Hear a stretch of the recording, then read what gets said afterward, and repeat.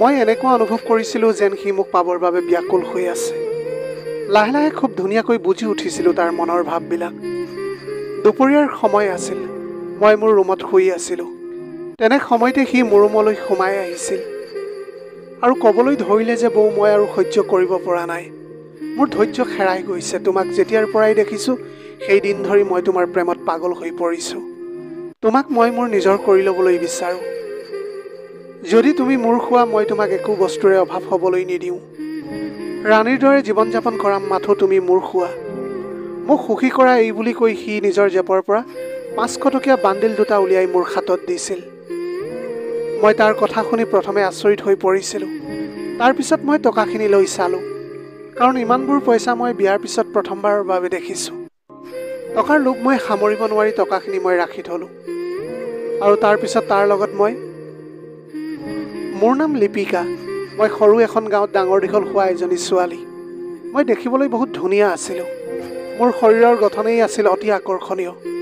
গাঁৱৰ বহুত ডেকা ল'ৰাই মোৰ প্ৰেমত পাগল হৈ পৰিছিল। মোক পাবৰ বাবে কি কি যে কৌশল অৱলম্বন কৰা নাছিল সিহঁতি।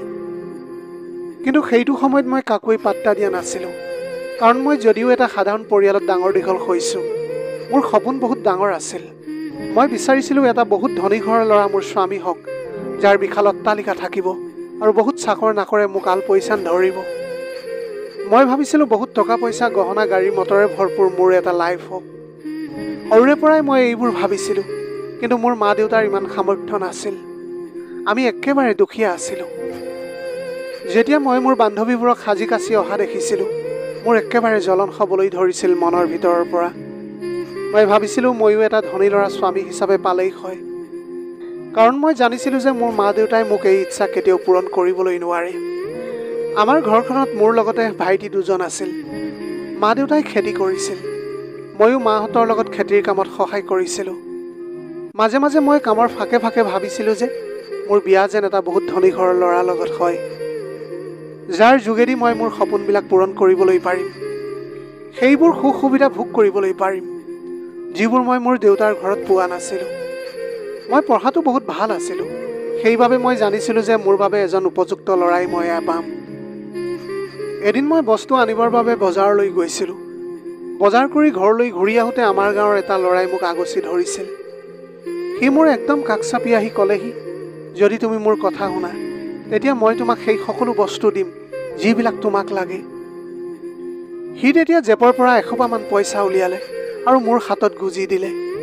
মই তেতিয়া একেবাৰে আচৰিত হৈ তালৈ চাই আছিলোঁ আৰু মনতে ভাবিছিলোঁ যে ইয়াক আকৌ মোৰ পৰা কি লাগে। তেতিয়াই সি ক'বলৈ ধৰিলে যে তেনেকৈ ভবা চিন্তা কৰাৰ একোৱেই কথা নাই।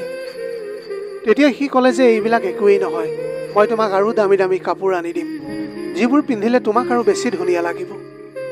এতিয়া ল'ৰাটোৰ কথাবোৰে মোক আৰু ভাবিবলৈ বাধ্য কৰিলে, ই বাৰু মোৰ আধৰুৱা সপোনবোৰ পূৰা কৰিবলৈ পাৰিব নেকি। সি মোৰ হাতখনত বৰ মৰমেৰে ধৰিছিল আৰু হাতখন মোহাৰি মোহাৰি ক'লে, মই তোমাৰ উত্তৰলৈ অপেক্ষা কৰিম। সেইটো সময়ত সি মোৰ ইমানেই কাষ চাপি আহিছিল যে তাৰ স্পৰ্শত মোৰ যৌৱন উঠলি উঠিছিল। মই মোৰ জীৱনত প্ৰথমবাৰৰ বাবে পুৰুষৰ এনেকৈ স্পৰ্শ পাইছিলোঁ। মই বৰ আচৰিত অনুভৱ কৰিছিলোঁ। ময়ো ভৰ যৌৱনা এতিয়া গাভৰু আছিলোঁ। তাৰ ভাৱনাক ভালদৰে এতিয়া মই বুজি উঠিছিলোঁ যে সি মোৰ পৰা আৰু কি বিচাৰিছে, কাৰণ তাৰ দৃষ্টি বাৰে বাৰে মোৰ বক্ষৰ ওপৰত আহি গৈছিল। হঠাৎ সি তাৰ এখন হাত মোৰ কমৰত ৰাখিলে আৰু তাৰ বুকুৰ মাজলৈ মোক টানি নি দুবাহুৰে সাৱটি ধৰিলে। তাৰ শৰীৰৰ গৰম স্পৰ্শত মোৰ হৃদস্পন্দন বাঢ়িবলৈ ধৰিছিল। এতিয়া দুটি ভৰ যৌৱনে জোকোৱা ডেকা গাভৰুৰ ইমান কাষতে ইজনে সিজনক পাই সকলো পাহৰি গৈছিলোঁ। হঠাৎ মই নিজকে কণ্ট্ৰল কৰি তাৰ দুবাহুৰ বন্ধনৰ পৰা ওলাই ঘৰৰ ফালে খোজ লওঁ। সি মোক আজি ৰাতি আমাৰ ঘৰৰ পিছফালে থকা বাগানখনলৈ মাতিছে। ঘৰলৈ আহি মই সেই ল'ৰাটোৰ কথাকে ভাবিবলৈ ধৰিলোঁ। তাৰ পৰশ পোৱা মোৰ শৰীৰৰ ঠাইবোৰ এতিয়াও গৰম হৈ আছিল। মই ভাবিবলৈ ধৰিলোঁ যে ৰাতি সি মোক কিয় মাতিছে। যদি সি মোৰ লগত সীমা পাৰ হৈ যোৱা কিবা এটা কাম কৰে, তেতিয়া কি হ'ব মোৰ? আৰু যদি মোক কোনোবাই দেখা পায়, তেতিয়াহ'লে মোৰ কি হ'ব? লগতে ঘৰৰ মানুহে যদি কেনেবাকৈ কথাটো গম পায়, তেতিয়া মোৰ বাবে বহুত ডাঙৰ সমস্যাৰ সৃষ্টি হ'ব। এনেকৈ যেতিয়া ৰাতি হ'বলৈ হ'ল, মই এতিয়া তাৰ ওচৰলৈ যাবলৈ সুযোগ বিচাৰিবলৈ ধৰিলোঁ।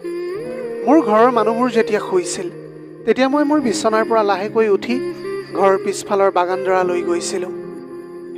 সেই ল'ৰাটো আগৰে পৰাই তাত ৰৈ আছিল। মোক দেখাৰ লগে লগে সি মোক তাৰ বুকুৰ মাজলৈ আনি মোক পাৰে মানে সি কিছ কৰিবলৈ ধৰিছিল। তাৰ চুমাৰ পৰশত মই একেবাৰে পগলা হৈ গৈছিলোঁ। মই ইমানেই মাতাল হৈ পৰিছিলোঁ যে নিজক আৰু কণ্ট্ৰল কৰিবলৈ নোৱাৰিলোঁ। আমি এতিয়া দুয়োটাই সকলো সীমা অতিক্ৰম কৰি যৌৱনৰ ক্ষুধা নিবাৰণত একেবাৰে মজগুল হৈ পৰিছিলোঁ। আৰু গহনা আদি মোৰ যেতিয়াই প্ৰয়োজন হয় আনি দিছিল। তাৰ বিনিময়ত মই তাক মোৰ শৰীৰটো দিছিলোঁ। দিনক দিনে মোৰ কাপোৰ কানিৰ লগতে মোৰ চাল চলন দেখি মোৰ দেউতাৰ সন্দেহ হ'বলৈ ধৰিছিল। এদিন ৰাতি মই সেই ল'ৰাটোক লগ কৰিবৰ বাবে গৈছিলোঁ। তেতিয়া মোৰ দেউতাই মোৰ পিছা কৰি সেই ল'ৰাটোৰ লগত মোক দেখিলে। সেই দিন ধৰি মোক ঘৰৰ পৰা ওলোৱা বন্ধ কৰি দিছিল। কোনোবা নহয় কোনোবা এটা মোৰ লগত ৰখীয়া সদায় হৈ আছিল। ময়ো এতিয়া বুজি পাইছিলোঁ যে সেই ল'ৰাটোক লগ কৰাটো মোৰ বাবে একেবাৰে আৰু অসম্ভৱ। সেইবাবে ময়ো চুপচাপ ঘৰতে থাকিবলৈ লৈছিলোঁ। কাৰণ মা দেউতাৰ বিৰুদ্ধে মই যাবলৈ নোৱাৰোঁ। যদি এইটো কথা কোনোবাই গম পায় তেনেহ'লে আমাৰ পৰিয়ালটোৰ বাবে বৰ বিপদ হ'ব। এতিয়া এনেকৈ ঘৰৰ পৰা মোৰ বাবে দৰা চোৱা আৰম্ভ কৰি দিছিল। এনেকৈ কেইমাহমানৰ পিছত সাগৰ নামৰ ল'ৰা এটাৰ লগত মোৰ বিয়াখন ঠিক হৈ গ'ল। মোৰ চহৰত থকা পেহীয়ে দেখুৱাই দিছিল ল'ৰাটোক। সাগৰ বহুত ডাঙৰ বিজনেছমেন আছিল। চহৰৰ মাজমজিয়াত তাৰ এটা ডাঙৰ অট্টালিকা আছিল। ল'ৰাজন দেখিবলৈ ঠিক ঠাকেই আছিল। সি চহৰত অকলেই আছিল। এটা বহুত ডাঙৰ এক্সিডেণ্টত তাৰ গোটেই পৰিয়ালটোৰ মৃত্যু ঘটিছিল। সেইদিনা ৰাতি মোৰ কান্দন দেখি দেউতাই লৰালৰিকৈ মোক বিয়া সাগৰৰ লগত পাতি দিছিল। মই সাগৰৰ লগত চহৰলৈ গুচি গ'লোঁ। তাত মোক দেখি ওচৰ চুবুৰীয়াবোৰে মোৰ সুন্দৰতাৰ প্ৰশংসা কৰিছিল। কাৰণ বিয়াৰ পিছত মই আৰু বেছি ধুনীয়া হৈ পৰিছিলোঁ। লাহে লাহে এনেকৈ সময়বিলাক পাৰ হ'বলৈ ধৰিছিল আৰু আমাৰো বিয়া পতাৰ এবছৰ পাৰ হৈ গৈছিল। এতিয়া সাগৰে অফিচৰ কামত কেইদিনমানৰ কাৰণে বাহিৰলৈ যাবলগীয়া হ'ল। সেইটো সময়ত মই ঘৰত অকলে থাকিবলগীয়া হৈছিল। এতিয়া ঘৰত অকলে থাকি থাকি মই বহুত বৰিং অনুভৱ কৰিছিলোঁ। সাগৰ ঘূৰি অহাৰ পিছত মোৰ ডিমাণ্ড আৰু দিনক দিনে বাঢ়ি গৈছিল। মই বহুত বস্তুৰ লিষ্ট মোৰ স্বামীৰ হাতত দিছিলোঁ। কিন্তু সাগৰে কিবা নহয় কিবা এটা বহনা উলিয়াই মোৰ কথাবিলাক তল পেলাই বস্তু দিয়াৰ পৰা বিৰত আছিল। এইদৰে সি মই বস্তু খুজিলেই মোৰ কথা ইগন'ৰ কৰিবলৈ ধৰিছিল। এতিয়া বিয়াৰ পিছতো মোৰ সপোনবিলাক একদম আধৰুৱা হৈ পৰিছিল। এতিয়া বিয়াৰ 1.5 বছৰ পাৰ হৈ গৈছিল আৰু মোৰ গাত চহৰৰ হাৱা বাৰুকৈ লাগিছিল। মই এতিয়া ভবামতে একোৱেই কৰিব পৰা নাছিলোঁ। সেইবাবে মোৰ মন একদম উদাস হৈ পৰিছিল। এদিন সাগৰ পেহীয়েকৰ ল'ৰা এটা আমাৰ ঘৰলৈ আহিছিল। সি পঢ়াত বহুত ভাল আছিল। গতিকে MA পঢ়িবৰ বাবে আমাৰ চহৰৰ এখন কলেজত নাম লগাইছিল। মোৰ স্বামী সাগৰে তাক আমাৰ ঘৰতে থাকি পঢ়া শুনা কৰিবলৈ ক'লে। কাৰণ আমাৰ ঘৰৰ পৰা তাৰ কলেজলৈ বেছি দূৰ নাছিল। ল'ৰাটো দেখিবলৈ বহুত হেণ্ডছম আছিল। মই এতিয়া বিয়া হৈ অহাৰ পৰা তাক প্ৰথমবাৰৰ বাবে লগ পাইছিলোঁ। সি থাকিবৰ বাবে মই এতিয়া তাৰ ৰুমটো ঠিক ঠাক কৰি দিছিলোঁ। তাৰ নাম প্ৰণৱ। সি সদায় 9 বজাত কলেজলৈ যায় আৰু 3 মান বজাত আহি ঘৰ পায়হি। এনেকৈ ঘৰৰ কামবিলাক কৰি এদিন দুপৰীয়া বহুত গৰম উঠাত গা ধুবৰ বাবে বাথৰুমত সোমাওঁ। ঘৰত কোনো নথকাৰ বাবে মই একান্ত মনে গা ধুই আছিলোঁ। কিন্তু মোৰ এনেকুৱা লাগিছিল যেন মই গা ধুই থকা কোনোবাই চাই আছে। মই এতিয়া সোনকালে কাপোৰ সলাই বাহিৰৰ হলৰ ফালে আহিছিলোঁ। মোৰ স্বামীৰ পেহীয়েকৰ ল'ৰা প্ৰণৱ সোফাতে বহি আছিল। মই তাক দেখি একেবাৰে আচৰিত হৈ গৈছিলোঁ। কাৰণ এইটো সময়ত প্ৰায় সি কলেজতে থাকে। মোক দেখি সি এক আচৰিত চাৱনিৰে মোলৈ চাইছিল। মই আৰু বুজিবলৈ বাকী নাছিল যে মোক গা ধুওঁতে চোৱা মানুহটো সিয়েই হয়। মই একো গম নোপোৱাৰ ভাও ধৰি তাৰ পৰা আঁতৰি যাওঁ। তাৰপিছত মই লক্ষ্য কৰিছিলোঁ যে সি মোক এক আচৰিত দৃষ্টিৰে চাইছিল, যিটো চাৱনি কোনো সভ্য মানুহে নিদিয়ে। যেতিয়া আমি খানা খাবৰ বাবে টেবুলত বহোঁ, সি মই বনোৱা খানাবোৰ বহুত শলাগিছিল। সি যিকোনো বাহানা বনাই মোক চুবলৈ চেষ্টা কৰিছিল।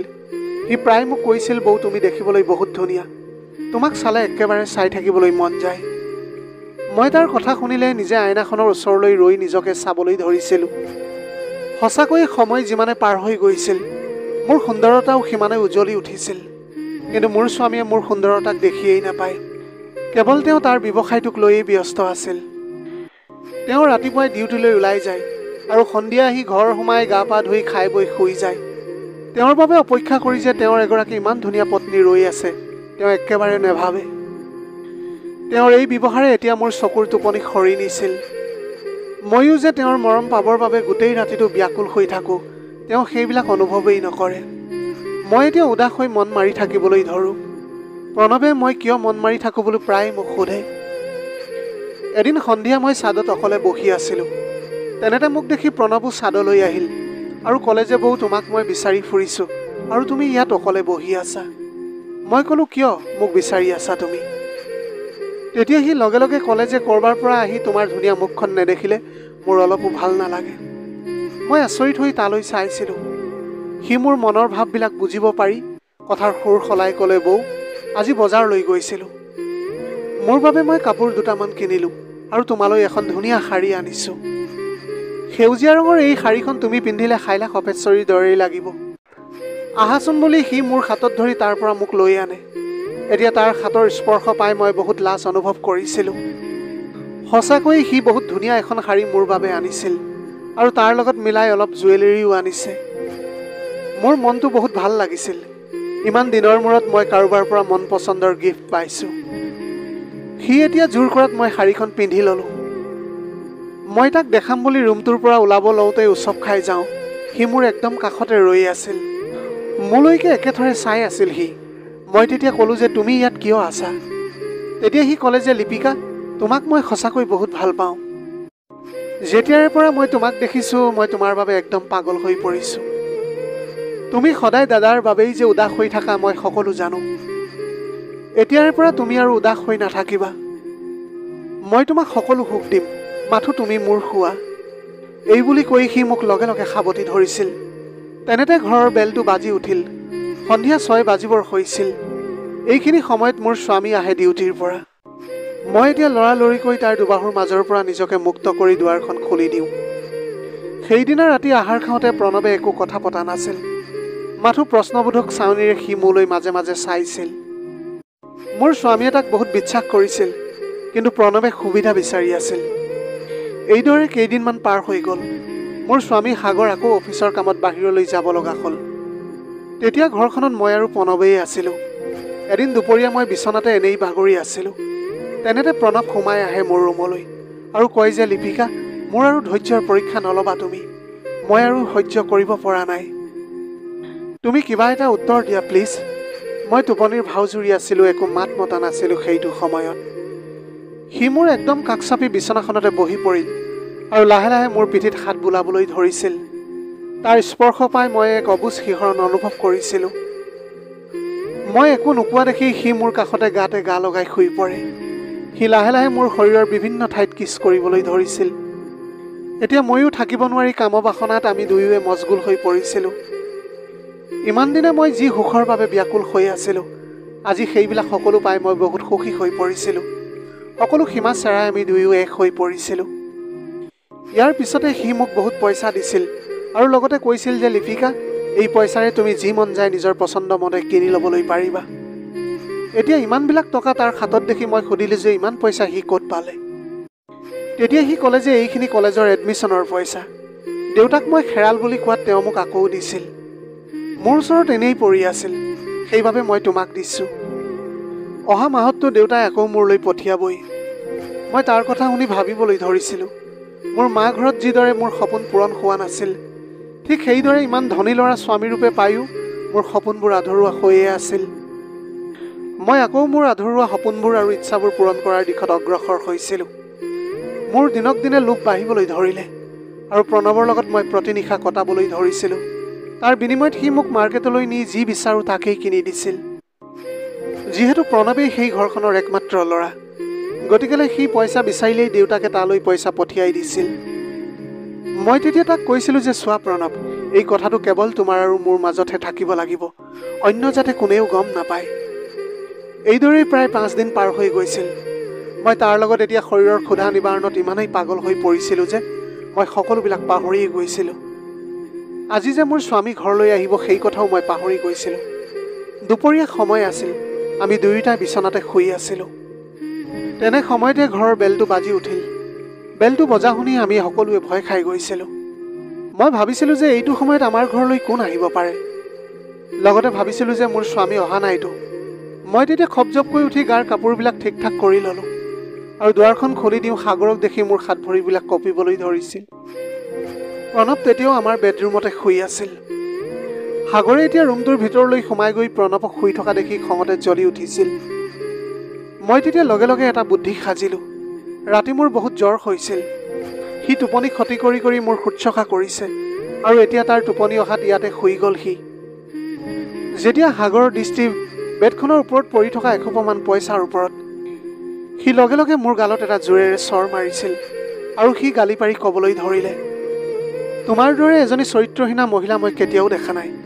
মই তোমাক ইমান বিশ্বাস কৰিছিলোঁ। মই তোমাক পইচাৰ কাৰণে তুমি ইমান তললৈ নামিবা বুলি মই সপোনতো ভবা নাছিলোঁ। প্ৰণৱে এই সকলোবোৰ চাই আছিল। সি সাগৰৰ খং দেখি পেপুৱা লাগি গৈছিল। সিও এতিয়া বিচনাতে বহি আছিল। সাগৰে তেতিয়া তাৰ গালতো জোৰেৰে দুটামান চৰ মাৰিলে। তোক মই ইমান বিশ্বাস কৰিছিলোঁ, কিন্তু তই মোৰ বিশ্বাসক এইদৰে অপমান কৰিলি। প্ৰণৱে এতিয়া তাৰ ৰুমলৈ গ'ল আৰু তাৰ বস্তুবিলাক পেকিং কৰি ঘৰৰ পৰা ওলাই গুচি গ'ল। ময়ো অসহায় হৈ মোৰ স্বামীৰ সন্মুখতে কান্দি কান্দি ৰৈ আছিলোঁ। সেই সময়ত মই অনুভৱ কৰিছিলোঁ যে মোৰ বাঢ়ি অহা ইচ্ছা আৰু সপোনবোৰৰ কাৰণেই মই নিজ হাতেই নিজৰ জীৱনটো বৰবাদ কৰি দিছিলোঁ। এতিয়া সাগৰে মোৰ হাতখনত ধৰি মোক ঘৰৰ পৰা বাহিৰ কৰি দিছিল আৰু অলপ দিনৰ পিছতে সি মোক ডিভ'ৰ্চ দিয়ে। মই তেতিয়া এই কথাটো ভালকৈ উপলব্ধি কৰিছিলোঁ যে মানুহে সপোন দেখিব লাগে সঁচা, কিন্তু সেই সপোনবোৰ এনেকুৱা হ'ব লাগে যিবোৰ সঁচাকৈয়ে বাস্তৱ হ'লে নিজৰে গৌৰৱবোধ হয়, নিজৰ যাতে অস্তিত্ব হেৰুৱাব লগা নহয়। এতিয়া এনেকৈ সকলো কথা গম পাই প্ৰণৱে তাইৰ জীৱনলৈ ঘূৰি আহিছিল। প্ৰণৱে এতিয়া তাইক বিয়া পাতি তাইৰ লগত খুব সুখেৰে জীৱনবিলাক পাৰ কৰি আছে। প্ৰিয় দৰ্শক, এয়াই আছিল আজিৰ কাহিনীৰ ভাগ। আজিৰ ভিডিঅ'টি কেনেকুৱা লাগিলে জনাব। যদি ভাল লাগিল তেনেহ'লে লগৰ বন্ধু বান্ধৱীসকলৰ মাজত শ্বেয়াৰ কৰিবলৈ নাপাহৰিব। আপোনালোকৰ গোটেই জীৱনটোক হাঁহিৰে উপচি পৰক। পাৰিলে দুখীয়াজনক অলপ সহায় কৰিবলৈ চেষ্টা কৰিব। আপোনালোকৰ অকণমান সঁহাৰিয়ে যদি কোনোবা এজন দুখীয়াৰ জীৱনটো সলনি কৰিবলৈ পাৰে, তাতকৈ পুণ্যৰ কাম আৰু এই পৃথিৱীত একোৱেই হ'ব নোৱাৰে। Have a nice day.